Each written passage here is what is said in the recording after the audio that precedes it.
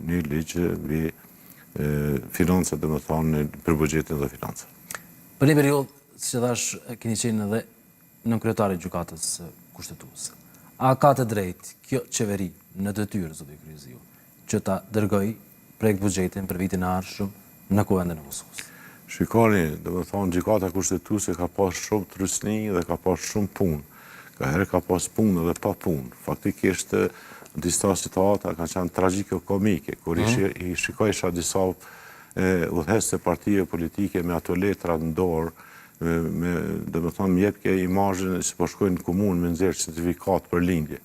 Dhe më thonë, gjykata kushtetuese është një institucion i centralizuar, i cili ka për detyrë mbrojtjen e të drejta dhe lirive të njerëzit të garantuara me kushtetutë në raport me autoritetet. Dhe këto situata janë të situata të pakëndshme, se nuk mund të ngarkohet gjykata kushtetuese me situata të cilat nuk duhet të ngarkohet. Përndryshe, janë situata të cilat mund të zgjidhen me një vullnet të mirë politik të subjekteve politike, por të duhet një vedi e lartë, një sakrificë dhe kompromis mes subjekteve politike. Përndryshe, këto situata nuk mundet gjykata të udhëheqë qeverinë, të udhëheqë parlamentin, se është një institucion i pavarur, i cili ka për detyrë mbrojtjen e të drejta dhe lirive të njerëzit, interpretimin e kushtetutës dhe të krijojë një balans mes funksionimit të pushteteve shtetërore. Pra, të analizojmë pak ligjin për qeverinë, zoti Kryziu, nenin 31, çfarë thotë, cilat janë kufizimet për qeverinë e detyrë. Këtë ligj e kemi analizuar disa herë. Edhe kemi këtu, e kemi edhe në let. Për mua, sipas mendimit tim, ky ligj nuk ka fort bazueshmëri kushtetuese, është në diskrepancë me, domethënë, me njëra me tjetrën, por ligji për qeverinë në detyrë është ligj i cili kufizon kompetencat e qeverisë.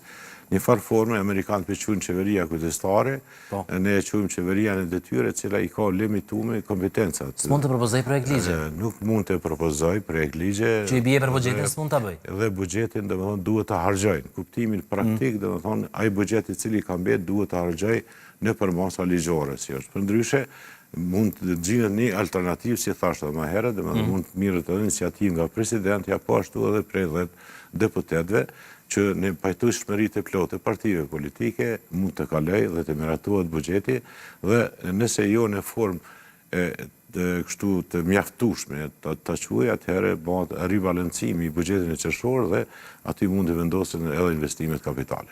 A prisni që pra nesër të ketë diskutim edhe për çështjen e buxhetit të vitit të ardhshëm në takim të presidenti Vjosa Osmani me liderët e partive politike? Po, është çështje tepër e rëndësishme buxheti, është çështje në të cilën shërbyesi civil dhe institucionet tjera dhe vetë deputet duhet të furnizohen me paga, domethënë për të jetuar. Ai bie që nëse vazhdon kjo situatë, nuk ka miratim të buxhetit, është një paralizë, kolaps shteti. Po këto